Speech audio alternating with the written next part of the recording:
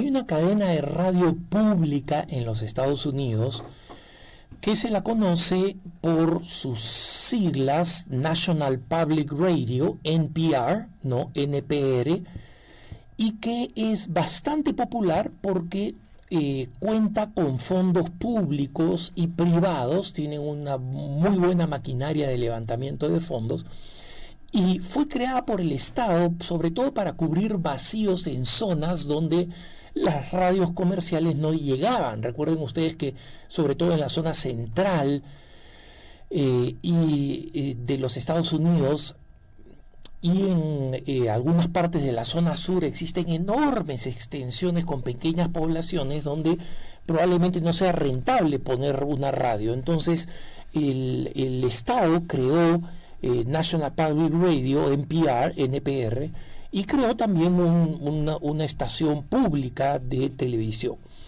Entonces, a diferencia de las estaciones que son públicas en los países de América Latina y que responden directamente al gobierno de turno, en el caso de NPR no es así. NPR hace una cobertura que trata de ser lo más imparcial posible, pero como recluta de élites periodísticas, entonces siempre vira a la izquierda, ¿no? Cuando entrevista a un experto, entrevista siempre a un experto de un medio liberal, del New York Times, del Washington Post, de páginas web como Slate, como Daily Beast, es decir, viran siempre a la izquierda, pero comparados con medios abiertamente de izquierda, son relativamente moderados y muchas veces tienen historias y narraciones interesantes, ¿no?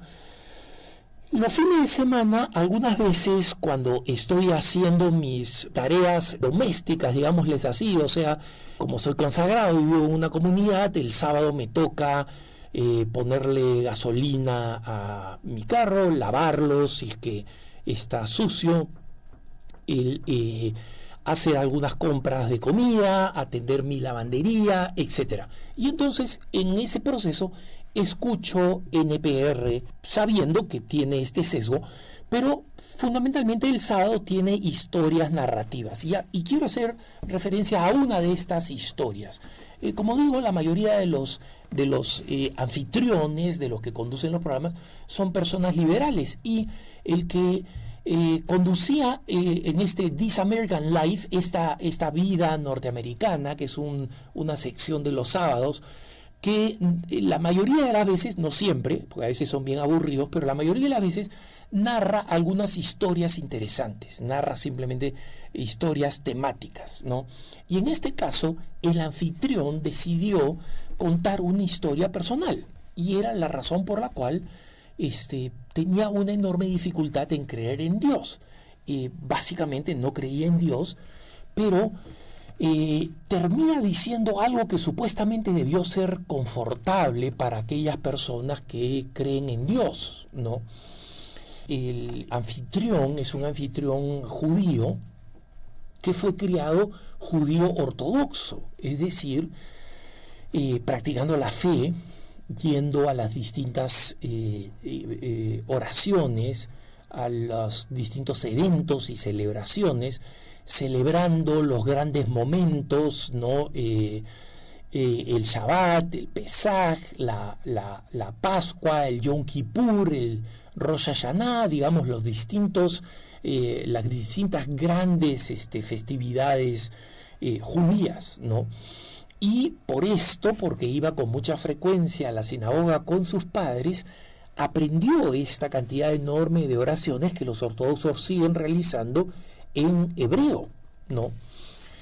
Y entonces él cuenta que fue invitado a un debate en Nueva York sobre el tema religioso y que lo recogió un ministro metodista, ¿no?, para llevarlo al lugar, y que desde el aeropuerto hasta la pequeña ciudad donde se realizaba esta conferencia había una distancia muy larga. Y estuvo un par de horas con este metodista, que según él era un protestante muy devoto, y que él decidió hacerle esta pregunta en el camino. Mire, pastor, yo entiendo muy bien el valor de la religión cuando se habla de respetar al prójimo y de aplicar la regla de oro, trata a los otros como quisieras que a ti te trataran. Esto me parece que es muy bueno para la supervivencia de la civilización, para que vivamos en una sociedad civilizada, atenta, amable, etcétera. Pero esta cuestión de rezarle a Dios o de creer en Dios, no le entiendo y especialmente no le veo la utilidad. Repito, la pregunta de este hermano, no le entiendo la utilidad. Y el pastor le dio una respuesta, a mi juicio, tremendamente insatisfactoria, porque le dijo, mira, estamos completamente de acuerdo en el valor intrínseco que tiene el amor al prójimo, ¿no? El cuidado del prójimo, el utilizar la regla de oro, trata a los otros como tú quisieras que te trataran a ti, o como sabemos del Antiguo Testamento, repetido en algún pasaje del Nuevo, que es, ¿no?, amarás al prójimo como a ti mismo, ¿no? Paréntesis, eso no es lo que enseña Jesucristo. Nosotros sabemos que Jesucristo establece un nuevo estándar. Amaos los unos a los otros como yo os he amado. Y esto supera completamente una persona que puede tener baja estima o muchos problemas personales y decir, bueno, yo no me quiero lo suficiente y en consecuencia no tengo por qué querer a los demás. Con el nuevo mandamiento de Jesucristo las cosas cambian. Cierro el paréntesis. Y este ministro, este pastor evangélico le dice, mira, en realidad yo cuando rezo a Dios, en realidad lo que hago es rezarle a una entidad que a mí me ayuda a recordar cuáles son mis valores principales. O sea, se dan cuenta, esta relación con Dios me ayuda a recordar cuáles son mis valores principales. Entonces, este anfitrión de NPR dijo, eso sí me considera interesante, porque en realidad el amar a Dios se pone al servicio de amar al prójimo, dado que me lleva a las normas principales, ¿no? Pero él dijo que no se quedó completamente convencido y que poco tiempo después tuvo que ir a al velorio de una abuelita suya, judía muy practicante, y que cuando comenzaron a realizar las oraciones judías en hebreo, él comenzó a recordar esas oraciones, y es más, en el programa de radio pronunció algunas de ellas, las más breves, tal como las recordaba en hebreo, y sonaban hermosas, les confieso, no sé hebreo, no. Conozco mínimamente algunas palabras y su significado por digamos, el estudio de algunos pasajes de la Biblia, pero básicamente no conozco el hebreo, pero sin embargo la resonancia, la cadencia, la musicalidad de estas oraciones me parecieron muy bellas, y él dijo un par de ellas y dijo, haber dicho estas oraciones que más o menos significan tal y cual, explicándolas, realmente me produjeron paz. No porque yo crea que Dios existe y las escucha y va a hacer algo por mi abuela ya está muerta, ¿no? Pero tampoco creo que al realizar estas oraciones realmente tengan efecto, porque si tuvieran efecto, tantas mujeres ancianas y hombres ancianos que yo he visto ir a la sinagoga diariamente y repetir estas oraciones, que incluyen el pedido por la primacía del bien sobre el mal, por el fin de las injusticias, por la reparación de los justos, etc. Yo sé que no funcionan y que no operan, no sirven en última instancia. Y por eso es que digamos, el tiempo me llevó a ser a no creer. Nunca dijo soy agnóstico o soy ateo, simplemente a no creer en Dios, ¿no?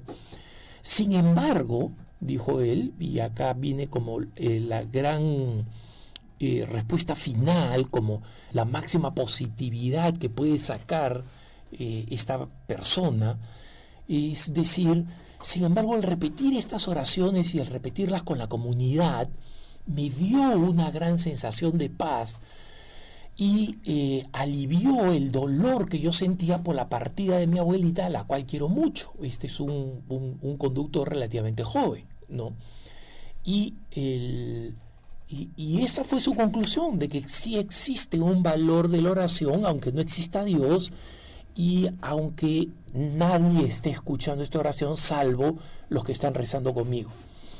Y esto me trajo a la cabeza inmediatamente cuál es la razón por la cual muchos millennials, muchos jóvenes millennials, efectivamente han decidido no creer en una religión organizada y declararse no religiosos pero espirituales, ¿no? Un poco como este anfitrión del programa de radio, como este conductor se describía. Pero el problema que este ministro evangélico no pudo explicarle a este joven ateo o no creyente es que eso no tiene nada que ver con la oración, que la oración no es un acto que se entiende cuando yo estoy al medio. ¿Para qué me sirve a mí la oración? ¿Para qué fruto le saco yo? ¿Qué beneficio me trae? La oración no es eso. Es verdad que nosotros pedimos por nuestras cosas en la oración, pero la oración consiste básicamente en algo que este hermano no es capaz de hacer, ni el ministro evangélico fue capaz de explicarle. La oración significa reconocer que Dios está al centro, no yo. Entonces, ¿por qué alabo a Dios? Y alguien me dirá, Alejandro, entonces hagamos la misma pregunta. Así como él se preguntaba, ¿para qué me sirve a mí rezar? ¿Para qué le sirve a Dios que yo rece? Que tú reces, ¿para qué le sirve a Dios? Dios no es más grande, ni más santo, ni más perfecto, porque tú le reces o no le reces. No, precisamente el concepto de Dios significa que Él está por encima de todas estas realidades y de todas estas cosas. Pues bien, es importante que nosotros entendamos que la centralidad de Dios mueve naturalmente al hombre a darle alabanza y a pedirle por quien Dios es, no porque lo vaya a cambiar, porque la aproximación a Dios es una aproximación que nace del deseo intenso de una naturaleza que quiere ponerse en contacto con aquella que lo creó. Entonces, es una urgencia, es un deseo. Es tan ridículo como preguntarse, oye, ¿de qué me sirve respirar? Respirar te sirve porque te permite vivir. Y la oración es la respiración del alma. Tantos santos lo han dicho. Entonces, este es el gran problema de este hermano, y este es el problema por el cual muchos millennials, muchos jóvenes no entienden la importancia de alabar a Dios, porque está al medio, porque te ha hecho y porque tú llevas una huella fundamental de Él y necesitas urgentemente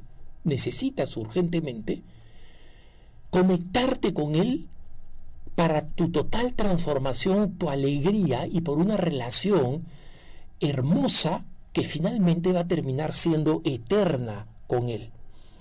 Pero mientras la persona se ponga al medio y se pregunte ¿de qué me sirve rezar?, esa persona jamás va a entender el valor de la oración, porque le hay que decirle, oye, no te pongas al medio de la pregunta, pon a quien debe estar al medio, Dios que te creó. Y si no crees en Dios, ese es otro problema. Habrá que revelárselo a través del testimonio. Pero si la persona se plantea la hipótesis de que Dios pueda existir, tiene que entender que la palabra Dios implica que Él está al centro y es la fuente de todos los beneficios que podemos recibir. Que tengas un buen día.